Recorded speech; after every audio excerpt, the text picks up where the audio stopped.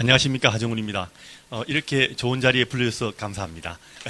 자, 제가 오늘 말씀드릴 것은 행복한 하루의 특별한 비법. 사실 비법이 있다는 자체가 거짓말입니다. 왜냐하면 아이들 키운다는 자체는요, 애들을 평범하게 키우는 것이 제일 좋습니다. 그리고 애들 키울 때는요, 사실은 부모가 애를 키우면서 그냥 물 흐르듯이 아이 특별하게 고민하지 않고 아이를 키울 수 있는 것이 사실 제일 좋고, 우리나라 과거 부모들은 그렇게 아이를 키웠습니다.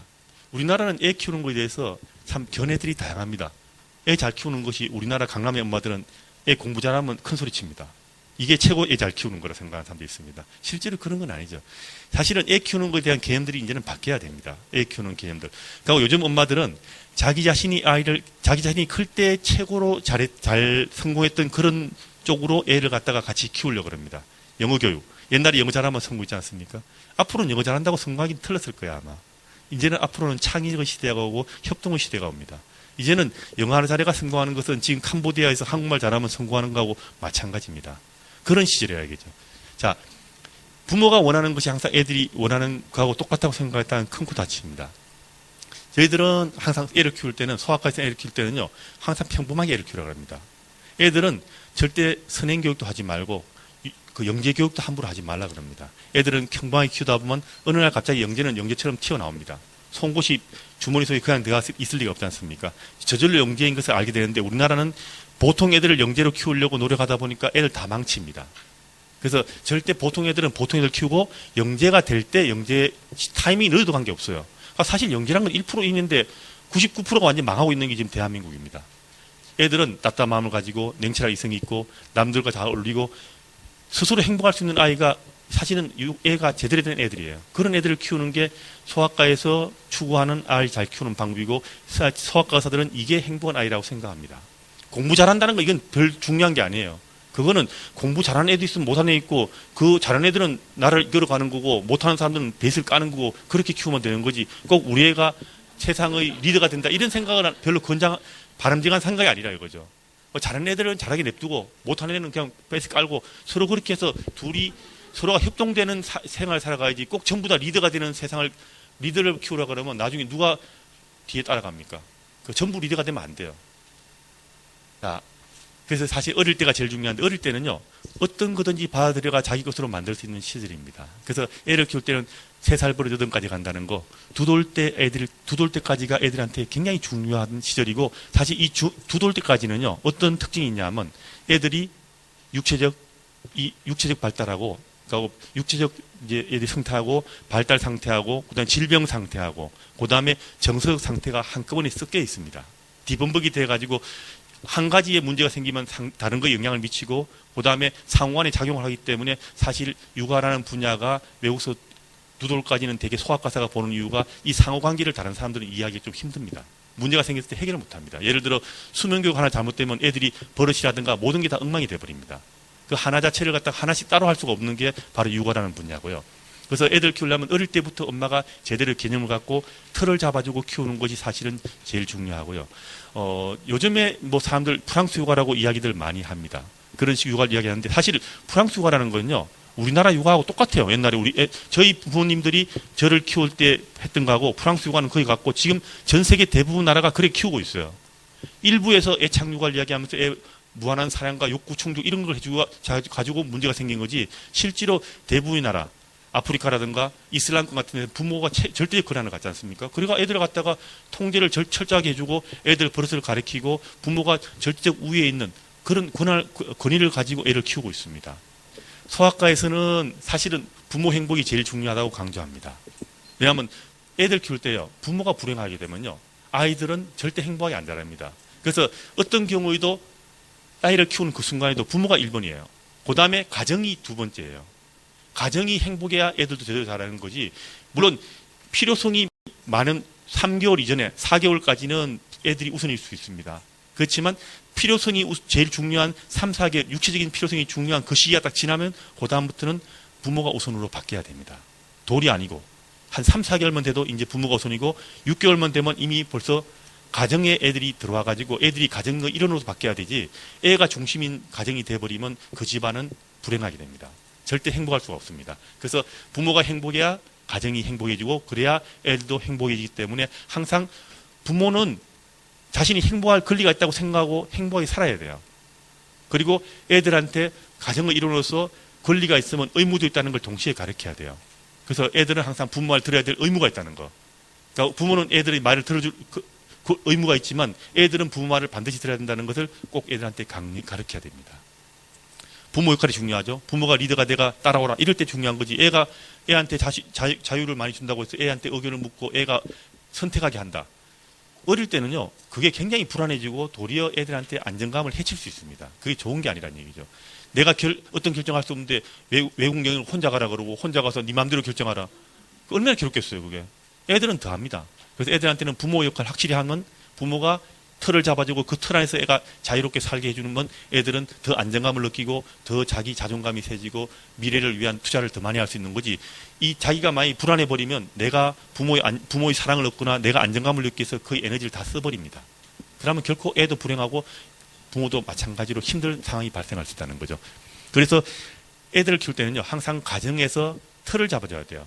애들한테 일정한 룰을 만들고 일과 생활을 일정하게 잡아주고 그 일과 생활 안에서 애들은 항상 일정한 룰을 가지고 애를 키우게 가르쳐 주는 것이 애들한테 굉장히 중요합니다. 그래서 애들 같은 경우는 수면 교육 딱 시키고 밥 먹을 땐 반드시 앉아서 먹게 하고 8개월 되면 엄마 말 들어야지.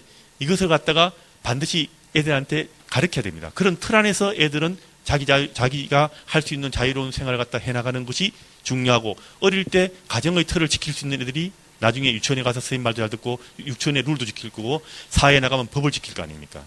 그 어릴 때 애들한테 일정한 룰을 지키는 거, 내가 권리도 있지만 의무도 있다는 걸 어릴 때부터 가르치는 것이 인생을 살아가는 바로 기초가 되는 거예요.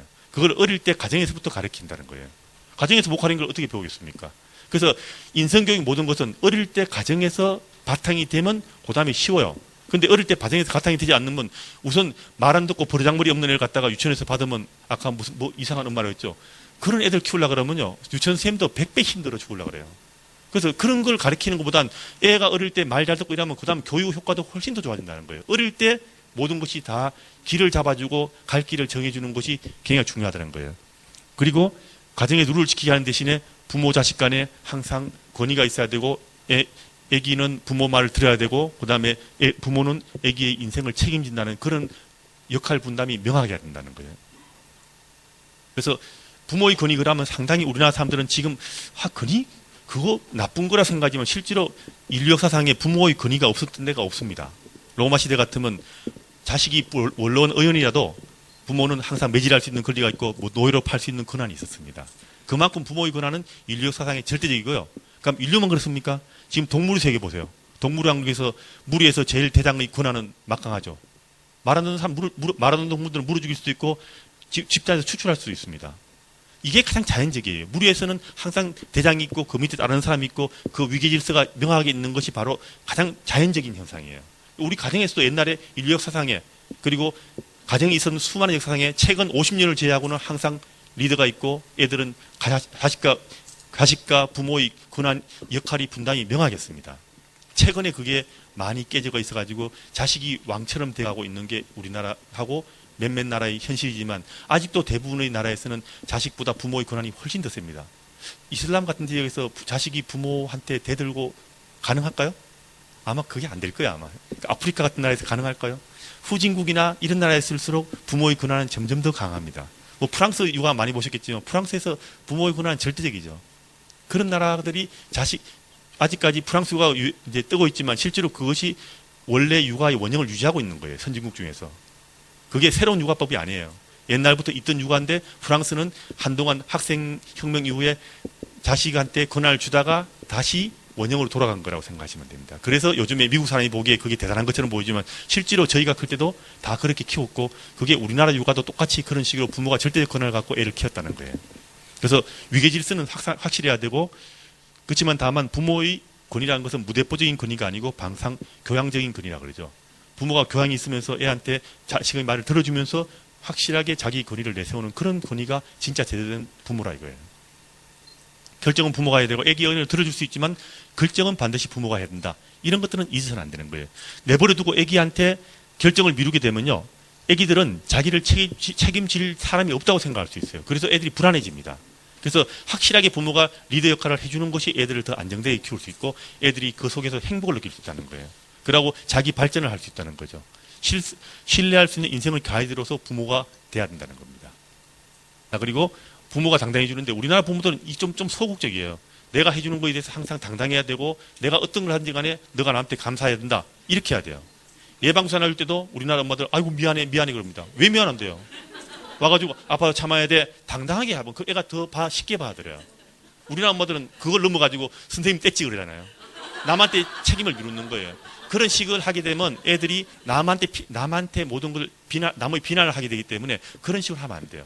받아들일 건 당연하게 받아들이고 부모가 시간 내가지고 너 주사 놔주는데 너가 고맙게 생각해야 된다. 이런 식으로 마음을 가지고 애한테 받아들이라고 해줘야지 애들은 쉽게 받아들이고 실제로 그게 반복됐을 때 돌지나 접종하면 쉽게 빨리 고칩니다. 그런 식으로 키우는 엄마들 보면 애들이 별로 고치지도 않아요. 자기 받아들일 건 받아들이고 내가 엄마한테 말해주면 엄마 위안을 하고 엄마가 항상 사랑한다를 느끼기 때문에 주사 맞으면서 부모의 사랑을 느끼면서 엄마 말 듣고 위안을 받는 거예요. 스스로 달랠 수 있는 거죠. 그래서 뭘 해주니 간에 부모는 애들한테 당당해야 된다는 거예요. 미안한 소리 절대 하면 안 되고요. 그리고 항상 스스로 존경받을 자세가 돼 있어야지 부모가 존경을 받는 거지. 부모가 꿀리면 옆집 사람 부잣집하고 꿀려가지고 내가 미안하게 생각하면요. 나도 부모 좀 바꾸고 싶은 생각이 들 수밖에 없는 거예요. 그래서 애들이 우리 집에 태어난 것을 불행으로 생각하게 만들면 안 돼요. 그래서 어떤 경우도 부모는 자랑스럽게 내가 애를 키울 때 애한테 우리 세상에서 제일 존경하는 사람이 우리 부모라고 말이 들을 수 있게 스스로 자기 체면을 걸고 애한테 대해야 된다는 거예요. 절대 말 높이지 마세요. 우리나라에서 지금 가장 또 이제 그 언어에 대해서 잘 모르는 사람들이 이런 일을 하고 있습니다. 뭐냐면 언어를 갖다가 하는 것은요. 말을 가리키는 게 중요한 것이 아니고 말의 의미를 사회적 의미를 가리켜야 되고요. 상황에 맞는 언어를 사용하는 법을 가리키는 게 진짜 언어를 가리키는 거예요. 존댓말은 내가 애한테 존댓말 쓴다고 해서 애가 존댓말 배우느냐? 말은 따라하지만 그건 존댓말의 의미를 제대로 이해 못하는 거고 존댓말은 높은 사람이 낮은 사람이 쓰는 거 아니고 낮은 사람이 높은 사람만 쓰는 거예요. 그래서 애들이 존댓말을 갖다 애들이 어른한테 쓰는 걸 배우려면요. 부모가 어른들한테 존댓말을 쓰면서 그걸 애한테 보여주는 거예요. 그러면서 어른들이 어른한테 존댓말 쓰는구나 보면서 애들은 그걸 모방해서 자기가 존댓말을 쓸 때 잘못하면 말을 가르쳐주는 거. 이게 진짜 존댓말이에요. 내가 존댓말 쓰면 애들끼리 존댓말 합니다. 그거는 존댓말이 아니지 않습니까? 존댓말 어른들이 애들한테 쓰는 경우는 딱 한 가지예요. 고객님일 때. 유치원 선생님들 중에서 애들한테 존댓말 쓰는 사람이 있습니다. 그럼 선생님의 권위가 없어집니다. 고객이 아니지 않습니까? 선생님은 권한을 갖고 있고 절대적인 우위에 있어야 되는데 말을 높여버리면 애들은 선생님에 대해서 내가 진짜로 존댓말의 의미를 안다 그러면 선생님이 나보다 낫다 생각합니다. 무의식 중에. 그래서 선생님은 애들한테 존댓말 쓰면 안 됩니다. 말을 놔야 돼요. 부모도 애한테 말 놓고 애한테 존댓말 쓰는 것을 가르쳐 나가는 게 진짜 존댓말의 의미라 이거예요. 언어에서. 그리고 상황에 맞는 언어를 쓰는 것도 이걸 존댓말을 가리키면서 쓰게 합니다.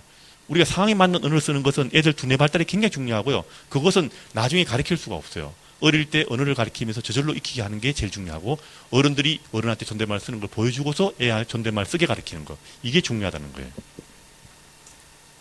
애를 믿으란 말을 많이 하죠. 함부로 믿으면 안 됩니다. 애가 알아서 할 것이라고 믿으면 큰일 나고요. 애들은 반드시 바른 행동을 어른한테 배울 수 있다는 것을 믿고 애들을 가르치면 무조건 따라하게 돼 있어요. 이걸 믿으라는 이야기예요. 이걸 갖다 애한테 모든 걸 맡겨서 애가 스스로 뭐 할 수 있다고 생각한다. 그거는 천만의 말입니다. 그건 말도 안 되는 이야기고 부모가 항상 리더라고 애들은 부모가 제시하는 대로 바른 생활을 보여주면 애가 따라하면서 부모 말을 들을 것이라고 이걸 확신하고 밀어붙이라는 거예요. 그래서 행복한 거는요. 지금이 제일 중요합니다. 그러니까 행복을 갖다 위해서 지금 성취를 위해서 행복을 자꾸 밀어버리면요. 애들은 나중에도 행복한 줄 몰라요. 항상 그 순간을 행복하게, 물론 미래는 대비하면서 행복을 느끼게 만들어주는 거. 그러려고 하면 애들한테 불만을 가리키면 안 돼요. 항상 부모가 인생의 즐거운 모습을 사는 걸 보이고 즐기는 모습을 보여줘야 애가 행복한 거지. 부모가 맨날 욕하고 있고 뭐 남 탓하고 있고 뭐 가난해서 힘들다고 이야기하고 있으면 애들은 절대 행복하게 안 자랍니다. 부모가 항상 인생을 즐겁게 사는 걸 애들한테 보여주면서 그걸 모방하는 애들은 보면서 가슴 속으로 내가 행복을 느껴야 돼요. 그리고 조그마한 거 해줘도 예를 들어 나무 쪼가리 하나 주고 야 이거 놀아 그럼 고맙습니다 하게 만들면 되지. 이걸 갖다 꼭 칼을 사주고 이래야 되는 건 아니라 이거예요. 뭘 주더라도 조그만 거 주고 아니면 밥을 줄 때도 애들이 밥 차려주면서 감사합니다 하게 만들고 아니면 심지어는 우리가 보통 밥을 서너 살 되면 밥을 차리는 걸 도우라 그럽니다. 밥을 차리는 걸 도와주면서 애가 자기가 부모를 도우면서 밥 차려가지고 먹을 때도 감사합니다 하게 만들어야 되는 거예요. 어떤 거에도 감사하게 만들어야 돼요. 부모가 해주는 거니까. 하고 행복하게 사는 모습을 보여주고 부부간에 싸움도 함부로 하면 안 돼요. 항상 애들 앞에서는 행복하게 사는 모습을 보여줘야 돼요. 그래야지 애들은 행복하고 싸움을 하더라도 반드시 애 없는 데서 하고요. 만약에 실수해가 애들 앞에서 말을 폈으면 반드시 그 자리 아니면 애기 보는 앞에서 화해하는 법을 보여줘야 돼요. 뭐 내리다 싸우다가 갑자기 딴 데 가서 화해하고 애 앞에서 갑자기 해닥거리고 있으면 애들은 이게 어떤 일인가 하고 헷갈리게 돼요. 그렇게 하면 안 되는 거예요. 항상 싸웠으면 애 앞에서 어떤 화해의 과정도 보여주는 것이 굉장히 중요하다는 거예요. 자, 그래서 항상 부모는 엄마가 이렇게 하는데 아빠는 저렇게 하고 그렇게 하면 안 돼. 이렇게 애 앞에서 하면 안 된다는 거예요. 항상 일관성 있는 행동을 갖다가 부부간에 같이 하고 엄마 아빠가 이렇게 하고 싶은데 할머니가 야야 애 우는데 좀 젖줘라 이렇게 하는 거 하면 안 된다는 거예요. 항상 모든 집안 사람들은 애 키울 때 똑같은 말을 해야 되고요. 심지어는 길거리 가다가 다른 사람이 애 시끄럽다 얘 좀 조용해라 그럴 때 그 말이 합당하다 그러면 야 어른이 저 할아버지가 그랬지 너 조용해야 된다 이렇게 그 말에 공감을 해야 애들은 어른 말 듣는 법을 배우는 거예요. 아니 우리 애한테 당신이 뭐라고 이런 식으로 하면 애는 아직 어른에 대한 권위 자체를 인정 안 하게 됩니다. 그럼 결국은 나에 대한 권위하고 다른 어떤 사람의 권위도 인정 안 하는 그런 일이 벌어질 수 있기 때문에 항상 다른 사람 말이라도 합당한 이야기는 들어주라 이거예요. 애한테서는 공감을 하고 나중에 자기가 뒤에서 고치더라도 항상 합당한 이야기는 갖다가 그 자리에서 공감을 해주는 그런 것이 중요하다는 거예요. 특히 어릴 때일수록 부부간에 육아에 대한 방침이 일치해야 되고요. 물론 나이가 들면 다르다는 것도 약간씩 가르쳐야 되지만 어릴 때는 적어도 3살까지는 그런 거 하지 말란 이야기입니다. 그래서 뭐 다 아시죠? 애 넘어졌을 때 애가 우는 이유. 탁 넘어지면 엄마부터 쳐다보죠? 그러다가 엄마가 태연하게 있으면 안 울고 엄마가 갑자기 이러면 애 울기 시작하는 거예요. 그러니까 부모의 반응이 항상 애들 갖다가 어떻게 그러니까 행동은요. 우리가 성격은 못 고치지만 행동이나 애들 반응은 부모가 조절할 수 있다는 거예요. 부모가 어떻게 애를 대할 것인가는 잘 생각하셔야 된다는 거예요. 그러니까 우리나라 인터넷이나 TV하고 다르게요. 옛날부터 소아과에서는요. 8개월이 되면 애들한테 디스플린, 훈육을 하라고 아니 철저히 가르칩니다. 자, 외국의 육아, 예를 들어 프랑스 육아가 왜 미국 사람이 보면 너무나 신기하게 보이냐 하면요. 프랑스 육아는요. 소아과 의사하고 이 의사들이 열심히 가르친 그 육아가 바로 프랑스 육아입니다. 30년 이상 프랑스 의사들은 계속 방송에 나가 떠들었습니다. 애를 이렇게 키우라. 육아책 있는 대로 그대로 가르쳤어요. 육아는 이론적 학문이 아니에요. 육아는 애를 잘 키우는 현실적인 학문이고 실제로 그대로 키우면 대부분 됩니다. 왜 안 되는 줄 아세요? 우리나라 사람들은? 똑같은 말을 해도 엄마가 확신을 갖고 하면 되는데 엄마가 망설이면 애들은 절대 안 따라합니다. 우리나라 사람들이 수면교육하라고 가르쳐주면 절대 못하는 이유가 엄마가 확신이었기 때문에 이거 어떻게 하지 하면 애는 더 울어요. 엄마가 확신을 갖고 태연하게 밀어붙이면 애가 잘 합니다. 부모가 애들 8개월 때 버릇을 가르치는 것도 엄마가 8개월 되면 애들한테 버릇을 이제 가르쳐야 된다고 확신하고 애들한테 이제 안 되는 걸 안 된다 그러고 태연하게 밀어붙이면 애들은 쉽게 받아들여요. 그러면서 내가 부모 말을 들어야 되는구나라는 부모의 권위를 인정하는 것이 바로 8개월 때입니다. 본격적으로 인정하는 게. 이때 애들한테 권위를 가르쳐야지 애들이 엄마 말 들어야지를 배우게 되고요. 이게 가지치기로 나중에 사라집니다. 안 하면. 돌쯤 되면 이제는 엄마 말 제대로 들을게 이제 애들이 엄마가 안 돼 그러면 딱 섭섭하고 엄마 말을 듣게 되는데 돌쯤 되면 애들이 엄마 말 괜히 들었나 해가지고 한 번씩 반항하기 시작합니다. 그럴 때 엄마가 일관적인 태도로 밀고 나가면 애들은 역시 엄마 말 들어야지라는 프로그램이 만들어지는 거예요. 근데 우리나라 애들 어떻습니까? 안 가르치잖아요. 안 돼 소리 하면 뇌세포 중단하는 이상한 소리들 하고 있잖아요. 그러니까 애들이 폭주래요. 돌 지나면. 진료실에 보면 딱 차이 나요. 외국에서 애 키우는 엄마하고 우리나라 애 키우는 엄마들 애 돌아다닐 때 엄마가 야 앉아라 그러면 우리나라에서 키우는 애들은요 들어도 반응도 없어요. 그냥 애들이 돌아다닙니다. 실제로 외국에서 키우는 애들은요 엄마가 스탑 영어로 딱 하면 탁 앉습니다. 애가 앉아라 그러면 탁 앉습니다. 그만큼 이게 교육받는 환경이 달라요. 그러니까 엄마가 당연히 해야 된다고 생각하고 애한테 애한테 제시를 하면요 애들은 그걸 쉽게 받아들입니다. 그러니까 우리는 그 느낌이 없는 거예요. 그래서 우리나라 부모들이 요즘에 애한테 말할 때도 항상 망설이죠. 태어나기 옛날에 우리 부모가 담배 사와 그럴 때 하고 똑같이 느낌이 안 되는 거예요. 담배 사면 사왔잖아요 옛날에. 근데 요즘은 그런 말이가 먹게 돼 엄마가 망설임이 있기 때문에 애는 절대 말 안 듣습니다. 그래서 항상 부모가 확신을 가지고 애를 대할 때 그 말이 쉽게 걷어가는 거지 확신이 없는 상태에서 특히 권위가 없는 상태에서 말하면 쉽게 안 된다는 거예요. 이게 좀 있으면 이제 인성교육하고 연관이 됩니다. 인성교육할 때 부모 많이 먹혀 들어가느냐. 어릴 때 자기 통제력과 애들 버릇을 가르치는 걸 하지 않는 애가 과연 3살, 4살 돼가지고 선생님이 말했을 때 그게 먹혀 들어갈 것인가. 잘 안 될 거라 이거죠. 효율성이 너무너무 떨어집니다. 선생님 한마디만 하면 될 일 갖다가 붙잡고 엄마들까지 데리고 오게 해가지고 해도 힘들다는 거예요. 그래서 어릴 때 애들한테 버릇을 가르치는 거, 통제력 가르치는 거. 사실 8개월 때 저 안대를 가르치는 게 자기 통제력을 가르치는 거예요. 수면교육 하는 것도 통제력을 가르치는 겁니다. 이런 걸 어릴 때부터 한 애들은 쉽게 그게 교육이 됩니다. 그래서 어릴 때가 제일 중요하다는 거예요. 두돌이 전에가. 그래서 신생아 때부터라도 되고 안 되고를 명확하게 하시고, 그 다음에 필요를 들어주는 건 좋지만 욕구는 항상 지연시키라. 요즘 맨날 말 나오잖아요. 욕구를 갖다가 충족하라고 맨날 떠들던 사람들이 모 의사가 있습니다. 옛날에 그 미국의 유명한 의사인데 그 사람도 죽기 전에 의견을 바꿨습니다. 그런데 그 사람 죽기 전에는 유명 안 해지는 바람에 그 사람 의견을 바꿨는데도 아무도 몰라요. 그러니까 욕구라는 것은 사실은 옛날에는 많이 들어줄수록 애가 애착이 잘 생긴다 생각하는데, 욕구는 들어주면 들어줄수록 애들이 점점 더 많은 욕구를 원할 수밖에 없는 게 현실입니다.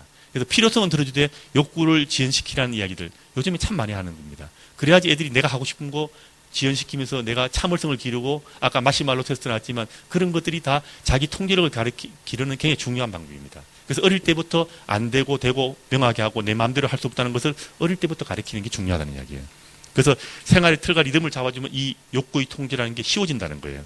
일정한 틀을 잡아놓으면 내가 고민하지 않아도 그 틀 속에서 내 자신의 욕구를 갖다가 억제시킬 수 있는 그런 방법이 쉽게 행해진다는 거죠. 거기 일과표를 만들고, 쉽게 해서 돌쯤 되면요, 밥 3번, 간식 2번 먹고 잠 8시 자라 그럽니다. 잠 8시 자고 밥 3번, 간식 2번 먹는 이 틀만 하나 잡아줘도 애들은 훨씬 쉽게 자랍니다. 우린 요 틀이 다 깨져 있잖아요. 그러니까 애들이 쉽게 말해서 잠 마음대로 자면요, 우리가 미국 여행 갔다 와가지고 시차 적응 안 되는 거하고 똑같이 하루 종일 며칠 동안 계속 고생하지 않습니까? 똑같아요. 수면 리듬이 깨져버리면요, 우리가 맨날 그 시차 적응 못해가지고 난리하는 것처럼 똑같이 애들이 일상생활이 힘들어집니다. 그래서 항상 자는 시간 일정하게 만들어주는 것이 애들을 편안하게 키우는 방법이고 애들한테 행복하게 살 수 있는 기초라는 거예요. 그래서 항상 일과 리듬 일정하게 하고 애들한테 벌어뜨리는 거, 이런 걸 틀과 리듬을 잡아주는 것이 애들을 쉽게 키우고 애를 갖다 바르게 키우고 행복하게 키울 수 있는 방법이라는 거예요. 그래서 이 틀 잡아주는 거. 간혹 가다가 애들이 이제 버릇없는 애들한테 항상 보면 뭐 사랑을 너무 많이 해서 버릇이 없다 이렇게 이야기하지만요, 실제로는 그게 아닙니다. 지나친 사랑 때문에 애들이 버릇없는 게 아니고 잘못된 사랑 때문에 버릇이 없어지는 거죠. 사랑이라는 것이 왜 중요하면요, 사랑을 하게 되면 애들은 부모의 사랑을 신뢰하게 되면 그다음부터는 부모 말을 더 잘 씁니다. 부모를 실망시키지 않기 위해서. 그리고 사랑을 많이 하게 되면 엄마가 엄하게 대해도 애들은 부모의 사랑을 확신하기 때문에 나를 위해서 야단친다는 것을 확신하기 때문에 말을 잘 듣게 돼 있어요. 그래서 이 사랑도 태연하게 부모 자신이 사랑한다는 것을 의심하면 안 돼요. 무조건 사랑을 갖다가 딱 하고 난 다음에 그 느낌을 가지고 애를 갖다가 옛날에 우리네 부모들처럼 뭐라 그럴 때 따끔하게 눈물 날 정도로 따끔하게 안치고 하고 옛날에는 지어받기도 했죠. 자, 체벌이라는 것은 사회적인 현상입니다. 체벌이 안 좋은 사회에서는 체벌하면 애들이 무리가 됩니다. 체벌이 당연한 사회에서는 체벌도 문제 안 돼요, 애들이. 우리는 옛날에는 체벌이 문제가 안 된 사회였고 이제는 문제를 갖다가 제기했기 때문에 이제는 힘들어요. 그렇지만 부모가 사실은 그런 근황을 가지고 애를 당연하게 대할 때는 체벌을 했어도 사랑을 의심하지는 않았습니다, 자식이. 그래서 지나친 사랑이라는 건 없어요. 사랑은 마음껏 하세요. 그렇지만 사랑과 절제, 성취와 좌절, 이것들을 다 어릴 때부터 다 가르쳐야 되는 거예요. 있는 그대로. 인성을 가르쳐야 되는데 우리는 꼭 애착을 위해 가지고 자꾸 뭔가를 뺍니다. 아까 말했지만 애착이란 건 목적이 아니에요. 중간 과정이에요. 애착이 잘 된 애들은 야단쳐도 별로 애들이 엄마의 사랑을 확신하기 때문에 말을 잘 먹혀 들어갑니다. 그래서 애착육아란 말이 조금 어폐가 있는 육아법입니다. 소아과서로 옛날부터 그런 이야기 잘 안 했습니다. 항상 버릇을 가르쳐라. 우리나라 사람들은 한동안 소아과사가 애를 안 키워봐서 이런 이야기 하고 있지만 실제로 그게 아니라는 거예요. 프랑스가 소아과사가 가르친 육아예요. 그게 요즘 뜨고 있는 육아가. 그만큼 육아라는 건 가장 현실적이고 가장 애들을 쉽게 키울 수 있는 방법을 제시하는 방법입니다. 사랑을 확실할수록 버릇들이 쉽고 꾸짖는 것도 잘 받아들고, 중요한 것은 사랑하되 애를 엄하게 키우라는 거예요. 버릇 확실하게 가르치고 제대로 키우는 것이 애를 제대로 키우는 방법이라는 거예요. 사랑이 없이 야단치면 큰일 납니다. 그러니까 항상 많이 안아주라 그러죠. 사랑을 확신시켜주는 거, 이게 중요하다는 거예요. 그런데 항상 버릇 가르칠 때는 잘하면 칭찬, 못하면 무시하는 게 기본이라는 거 알 거예요. 그런데 중요한 것은요, 애들은 부모가 잘해줘야지 야단치는 게 먹혀 들어가는데 부모가 잘해주지 않으면서 맨날 야단치면 안 먹혀 들어갑니다. 그리고 더 중요한 것은요. 우리나라 부모들은 어떻게 하냐면요. 바쁘니까 애가 잘하면 관심도 없습니다. 애가 잘못하고 있을 때 꼭 애한테 야단치고 그럽니다. 애들은요. 부모의 관심, 야단치는 것도 관심이에요. 자기가 항상 그 관심의 중심에 있는 게 애들한테는 제일 중요하기 때문에 야단을 맞을수록 애는 더 좋아해요. 부모가 애한테 관심이 없을 때는. 특히 둘째가 생겼을 때는 애들은 관심에서 멀어지지 않습니까? 그러면 꼭 야단 맞을 때 골라가며 합니다. 그래야 애들은 관심의 중심에 서기 때문에. 역설적 관심이라고 그러죠. 잘못하는 거에 야단을 치게 되면 애들은 점점 잘못하는 일을 많이 하게 된다는 거죠. 우리는 사회에서 똑같죠. 막 데모하고 나면 관심을 갖고 합리적인 제시를 했을 때 잘 안 됩니다. 우리나라는. 그래서 역설적 관심은 우리나라 사회적인 일반적인 제가 보기엔 병폐의 하나예요. 그래서 합리적인 대안이 제시가 안 돼요. 우리나라에서는. 그래서 애들 키울 때는 이거 조심하셔야 돼요. 항상 잘하면 관심을 갖고 칭찬해주고 잘못하면 무시해버려야 돼요. 그래서 보상을 받는 행동은 애들은 계속 잘못된 행동이 보상받으면 계속 잘못된 행동을 하게 된다는 거죠. 그래서 때를 쓴다고 안 되는 것을 들어주는 것은 절대 하면 안 됩니다. 무시해야죠. 그리고 부모의 반응에 따라서 애가 달라질 때는요. 아무리 해도 안 된다. 그러면 애들을 바꿀 생각하지 말고 부모가 바뀌어야 돼요. 우리는 자꾸 애를 바꾸려고 그러는데 그 애를 바꾸는 건 한계가 있습니다.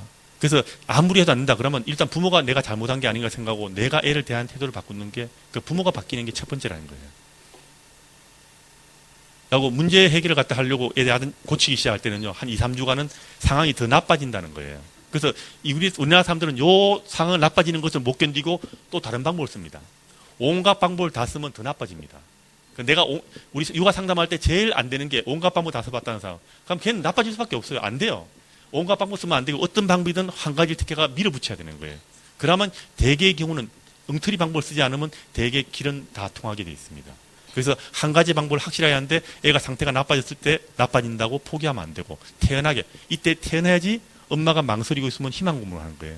내가 엄마 떼서가지고 엄마 들어줄 거라는 희망을 주기 때문에 절대 엄마가 망설이거나 쉽게 해서 수면교육할 때 애가 예를 들어 수면교육할 때는 예전에는 밤에 계속 먹이라고 했지만 이제는 대부분 사람들이 다 애들 같은 경우 한 8, 9개월 돼가 밤에 엄마가 너무 힘들면 울리라 그러죠.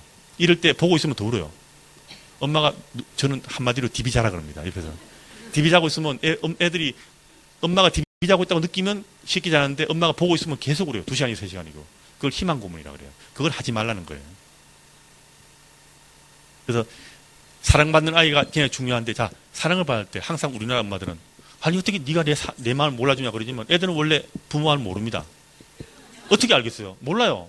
당연히 말로 해줘야 돼요. 애들한테. 나 너 사랑해. 매일 해야 돼요. 그러고 중요한 것은 안아주고 행동으로도 보여줘야 돼요. 말만 하는 게 아니고. 그리고 더 중요한 것은요. 어제 했다고 오늘 안 해주면 애들은 사랑이 없는 줄 알아요. 해주고 또 해주고 해야지 애들은 사랑을 확신하는 거기 때문에 맨날 안아주고 맨날 사랑한다 말해주고 이걸 반복해줘야 돼요. 그래야지 애들이 사랑을 받을 때 자기 자존감이 생기고 자기 통제력도 생기고 부모의 사랑을 확신할 때 야단도 못 켜들어가고 모든 것이 다 원만해진다는 거예요. 사랑은 확신을 시켜주는 사랑만이 사랑이라는 거예요. 애들한테는. 그래서 항상 사랑에 대해서 내 마음을 못 알아준다 그런 소리를 하면 안 된다는 거예요. 그래서 부모와 자식 관계, 애착 관계라는 것은 아까 말했지만 한 가지 가정이라는 거예요. 중요해요. 이 애착이란 가정. 욕구보다는 필요성을 충족시켜주는 거죠. 어릴 때 필요성을 충족시켜주는 것이 사실은 애착을 만드는 데 그냥 중요하고 애착은 부모가 엄마한테뿐만 아니라 애를 보는 누구한테나 다 생깁니다. 3, 4개월 되면 잘 생기지만 문제는 그전에도 이미 과정이 진행되고 있다는 거예요. 어느 날 갑자기 애착이 생기는 게 아닙니다. 중요한 것은 우리나라 엄마들이 애를 갖다가 산후조리에서 띄워놓는 2주간 얼마나 많은 손해를 보고 있는지 그거는 아무도 모릅니다. 그래서 애를 갖다가 불과 몇 시간 띄워놓는 그 시간 아마 두뇌에 엄청난 손해가 끼칠 거예요. 아까 전에 우리 오리 이야기 나왔죠.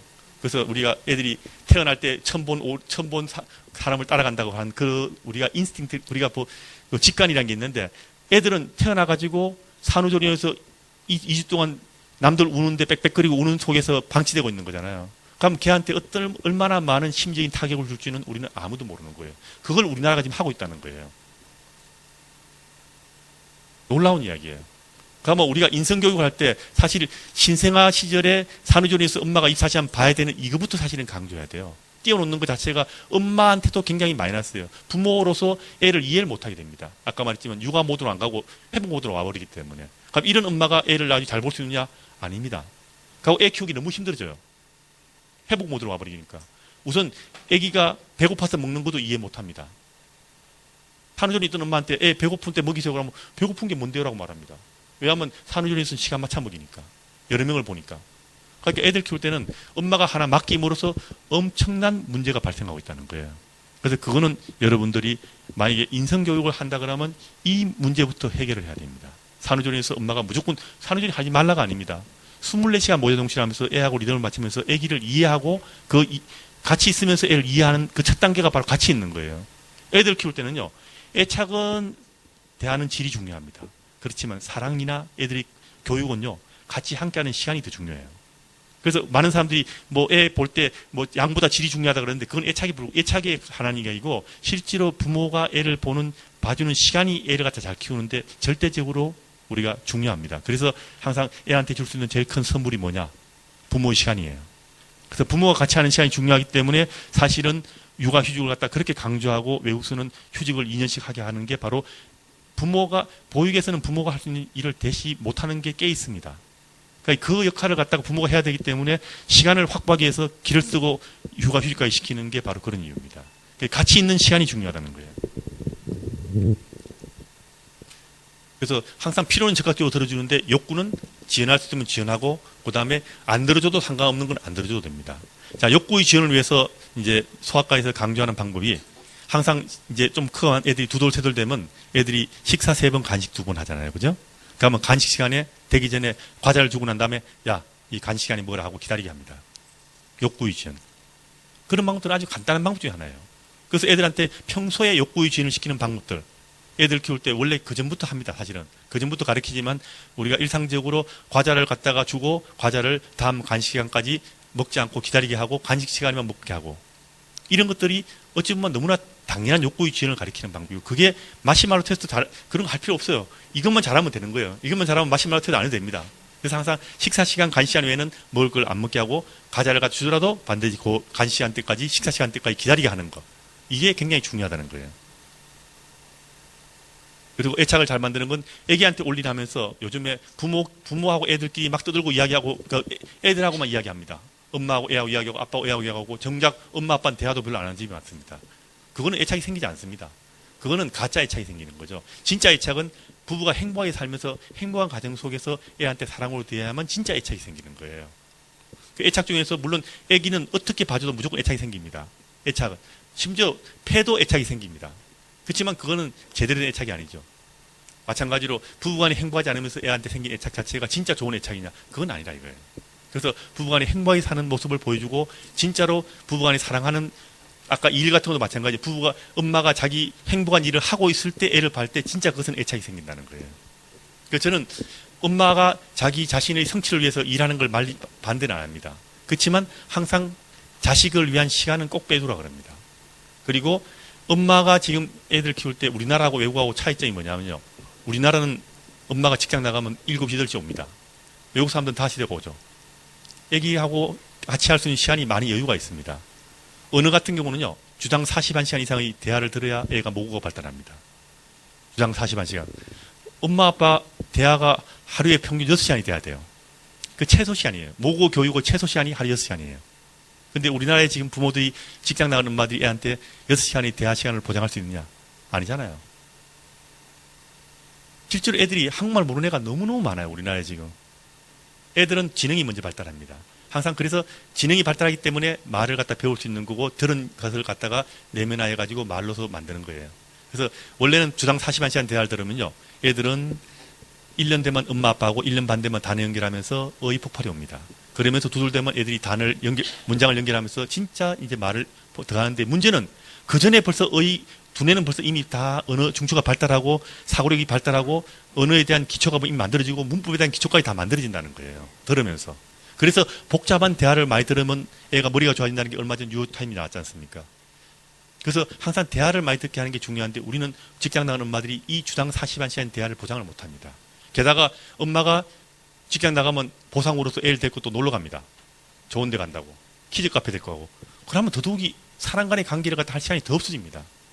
그러면 언어가 발달하는 게 얼마나 중요한데 그 언어가 발달을 제대로 안 하는 상태에서 또 유치원을 가게 되면 해결이 됩니까? 어린이집 가면 해결 안 되죠. 요즘은 선생님 2분이 들어오는 데가 있죠. 그러면 다행이에요.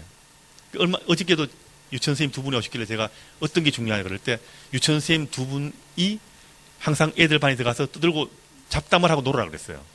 그래야 애가 언어 발달이 좋고 뭐 가르칠 필요 없이 두 분이서 애 1세 반 들어가서 무조건 두들고 놀으라 그랬어요. 그리고 선생님들이 대화할 것은 무조건 그 1세 반 들어가서 그냥 모든 대화를 거기 가서 하라 그랬어요. 그래야지 애들이 대화를 들으면서 머리가 좋아지는 거예요. 지금은 우린 절대적으로 언어 노출이 부족합니다.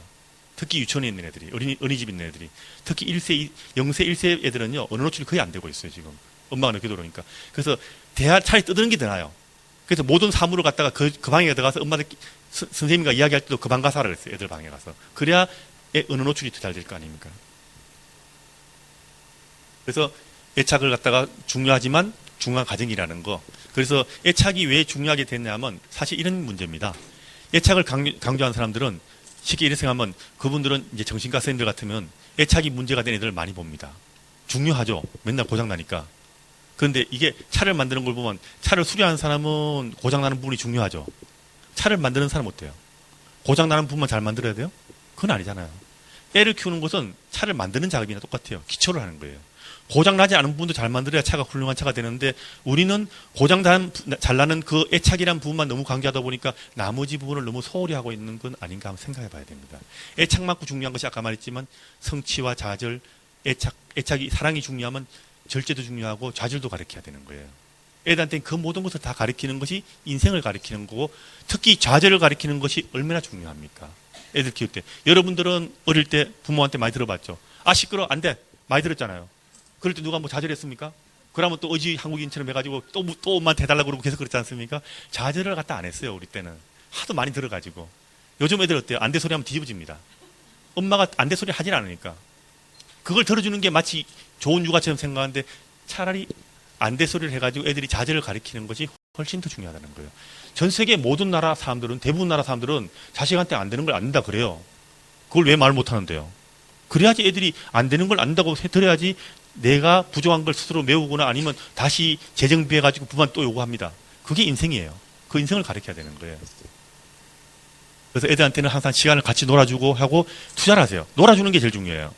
애들한테는 저는 초등학교 들어갈 때까지는 애들한테 가능하면 아무것도 가르치지 말라 그럽니다. 물론 다 아시겠지만 글자도 가르치지 말고 그 다음에 숫자도 가르치지 말고 자기 스스로 깨닫는 것까지는 안 말리지만 애들은 자기들끼리 마음껏 놀게 하는 것이 애들을 훌륭하게 키우는 지름길입니다. 놀게 하는 게. 애들 창의력, 협동력, 그 다음에 애들 같은 경우는 자기 통제력 키울 때 놀이보다 더 중요한 거 없죠. 집중력 키울 때. 놀 때는 시간 가는지도 모르죠. 밥 먹는 것도 모르고 놀아요. 저는 그렇게 놀았어요. 꼼꼼하다 들어가고 얻어맞기도 하고 엄마한테 지어박히기도 하고. 그렇게 노는 게 진짜 집중력을 키우는 거예요.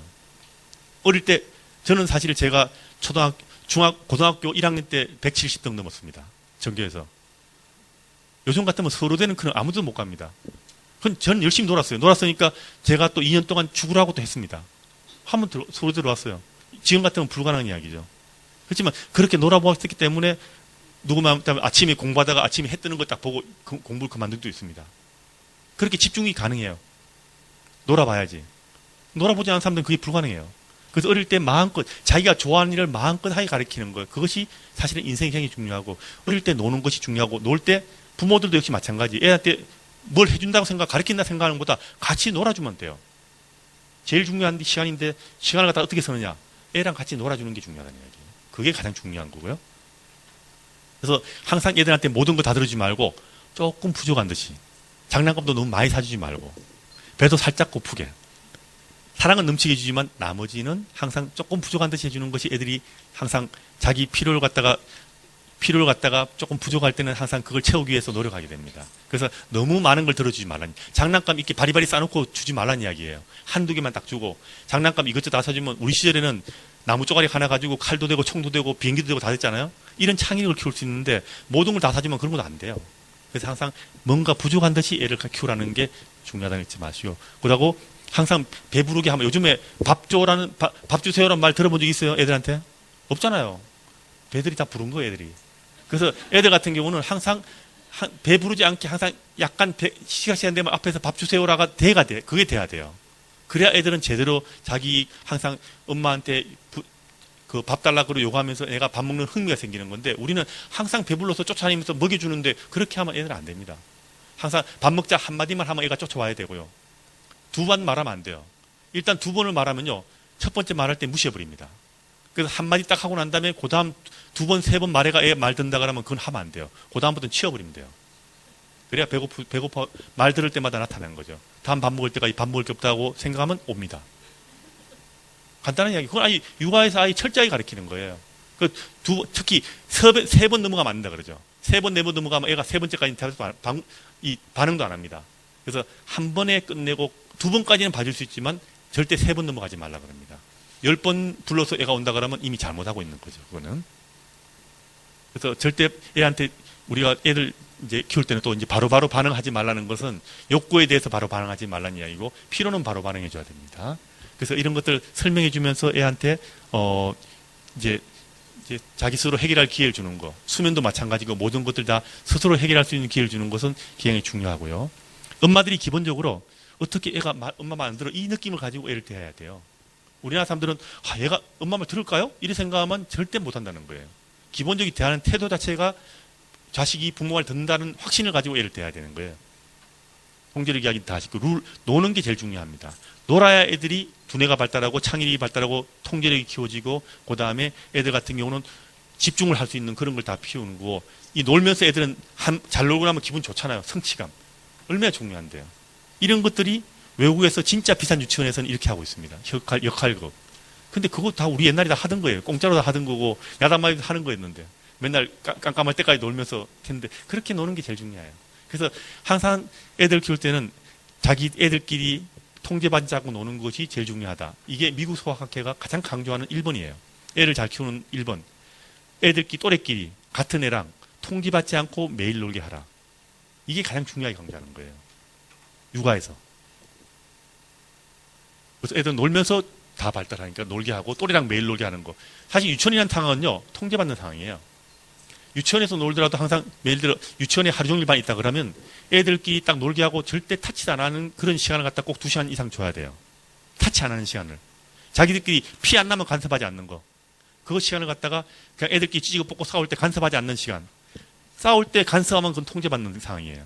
싸울 때도 간섭하지 않는 그 시간을 갖다가 적어도 암만 적어도 1시간은 줘야 된다는 거죠. 애들한테. 아니면 집에서 애들끼리 놀게 하고. 사실은 놀게 한다는 건 유치원에서 노는 거 아니라고 말합니다. 어린이집 노는 거 말고 동네에서 애들끼리 집에서 놀고 이걸 말하는 거예요. 그 시간을 갖다가 매일매일 확보해 주는 것이 인간관계에서 굉장히 중요하다는 겁니다. 마음껏 뛰어놀고 집중도 끝내주죠. 이렇게 집중 있게 노는 거예요. 애들한테. 자, 그래서 스스로 놀 줄 아는 애들, 놀아본 애들이 놀아요. 그래서 놀 줄 아는 애들, 이런 애들이 나중에 사회생활 하더라도 뭔가를 갖다가 창의적으로 만들 수 있는 거죠. 논다는 게 창의적인 거예요. 스스로 놀 줄 아는 애들이 창의적이라는 건데 이 스스로 자기 스스로를 즐겁게 만들 수 있는 그 능력이 애들한테는 굉장히 중요하다는 거예요. 놀아봐야 돼요. 그리고 우리나라는 이미 벌써 지역사회가 붕괴돼가지고요. 놀 줄 아는 애가 없어요. 이게 제일 큰 문제예요.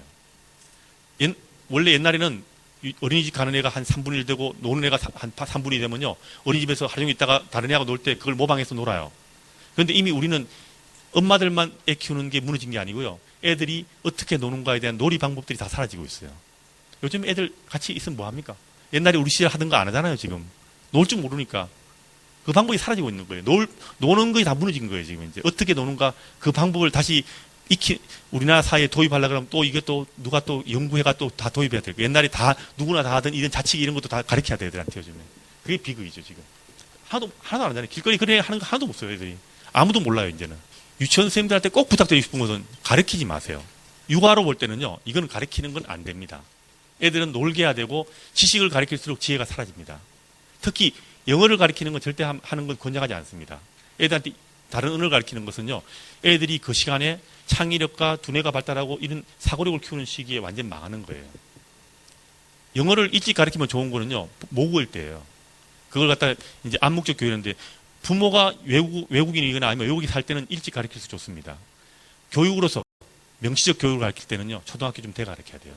그 전에 가르치는 시간은 애들한테 그 시기에 중요한 발달 과정을 갖다가 과제를 갖다가 성취 못하게 막는 거나 똑같아요. 특히 우리나라는 지금 이제 한국어를 모르는 애가 너무너무 많아요. 한국어 모르는 애한테 영어를 가르친다. 이건 애 사고력을 완전히 마비시키는 것과 똑같아요. 그래서 한국어를 확실하게 했을 때는 한 4살 넘으면 가르치는 까지는 안 말립니다. 그렇지만 우리나라에 그런 애 거의 없습니다. 지금 현재. 그래서 가능하면 영어는 안 가르치는 쪽으로 가는 게 답이라고 봅니다. 절대 애들한테 어릴 때 선행을 하지 말고요. 사실 선행은요, 제일 문제가 뭐냐면 그 글자 가르치지 말라 그러잖아요. 그러면 학교 들어가면 다 배우고 왔죠 하고 안 가르쳐요. 이제 선생님들은 선행하지 말라 그러면서 선행을 갖다가 어찌 보면 조장하고 있고요. 우리나라는 선행을 해가지고 예를 들어 초등학교 2학년, 3학년 대가 영어를 갖다 딱 할 때 영어를 잘하면 우대합니다. 외국 같으면 얘가 모국어로 안 배운 상태에서 영어를 잘하면 얘가 영어를 배움으로써 사고력이 마비됐을 거니까 얘는 좀 특수하게 관심 사병처럼 이렇게 관심을 갖고 봐줘야 애라 생각하는데 우리는 그 애를 갖다가 공부 잘하는 애라고 평가해 줍니다. 그러니까 누구나 다 그렇게 가려고 그러는 거예요. 그 평가 제도 자체가 바뀌어야 돼요, 이제는. 월반에 그 선행을 내가 익힌 그 지식은요, 지식일 뿐이고 그 애들은 지혜는 살았다고 생각하시면 돼요. 그러니까 유치원이나 이런 데서는 지식을 가르치는 게 아니고 지혜를 가르치고 마음껏 뛰어놀게 가르치는 것이 중요합니다. 그거는. 물론 더 잘하시겠지만 육아를 하는 사람으로서는 이렇게 이야기하는 거예요. 항상. 육아에서는 저희들은 발달 단계 이런 걸 다 고려해가지고 애를 갖다가 그 발달 과정에 맞는 애들한테 과제를 갖다가 성취하게 하기 위해서는 그걸 하지 않는 것이 더 낫다고 생각해요. 자, 이거 보세요. 노벨상 2012년 노벨상 탄 사람 두 사람이 있습니다. 이 사람이 뭐라고 이야기했느냐. 대답록에서 과학의 기본은 국어라. 그리고 수학은 계산이지만 수식은 역시 기본적으로 말이다 이거예요. 그래서 다른 사람도 마찬가지로 저도 국어 실력이 모든 것의 기본이라 생각합니다. 그래서 프랑스 유치원이나 모든 데서 언어 교육을 갖다가 모국어 교육을 가장 기를 쓰고 가르치는 제일 중요한 이유가 바로 과학이나 모든 창의력이나 그게 언어를 기반으로 해서 발달합니다. 그래서 언어 교육이 제일 중요한데 우리는 그 언어 교육은요, 두드리전이 제일 중요해요. 대화를 많이 듣고 복잡한 말을 많이 들어야 되기 때문에 지금 우리는 지역사회가 붕괴돼가지고 애기 옆에서 어른들 대화가 별로 없습니다. 그러면 언어 중추가 발달한 그 시기에 애들이 대화를 많이 못 듣습니다. 엄마 혼자 떠드는 이야기 들어가지고는 절대 이 모국어를 제대로 발달시킬 수가 없다는 거예요. 두돌이 지나면 이미 벌써 결정적인 시기가 다 지나갑니다. 우리 생각해보면 두돌이 전에 엄마가 얼마나 많은 시간을 애기 옆에서 가족 간의 대화가 있습니까? 우리나라 부모들은 지금 같이 밥 먹을 시간도 없지 않습니까? 애하고 밥도 같이 안 먹어요. 요즘 용약음료하다 보면 일주일에 밥 같이 먹는 집안은 일주일에 2번밖에 안 돼요. 보통 평균 한두 번밖에 안 돼요. 가족 간에 밥 먹으면서 대화할 길도 없습니다. 그러니까 지금 언어 교육 문제가 사실은 우리나라에서 제일 큰 문제고 바꿔 말하면 여기 계신 선생님들이 엄마들이 제일 우선으로 해야 될 유치원에서 과제를 삼아야 될 게 바로 우리말 교육이라는 거예요. 그래서 애들 옆에서 계속 혼자 지시하고 떠드는 게 아니고요. 애들끼리 대화를 들려주면 말을 모방하기 때문에 4세가 되면 자기 아는 말만 하기 때문에 말은 잘하게 됩니다. 모르는 말 안 해요. 분석해보면 말 자체가 단순해집니다. 사고력도 단순해집니다. 그래서 부탁드리고 싶은 것은 애기 옆에서 대화를 갖다가 많이 할 수 있는 기회를 갖다가 자꾸 만들어주는 것이 우리나라를 위한 지름길이라고 생각합니다.